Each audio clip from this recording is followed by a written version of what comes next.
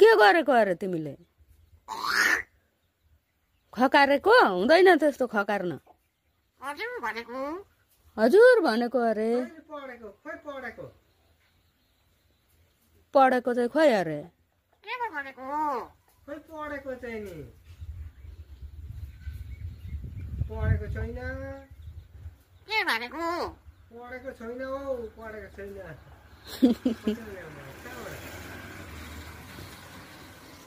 बोलो बोलो। हजुर कान्छी। पढ्दै रहन्छौ तिमी?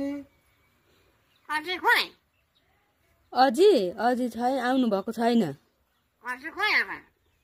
अझै आउनु भएको छैन हौ। बोल। दाजुसँग बोल न त नि। के भनेको अरे? मैना भनेको अरे। मैना भनेको हौ। माया गरेको।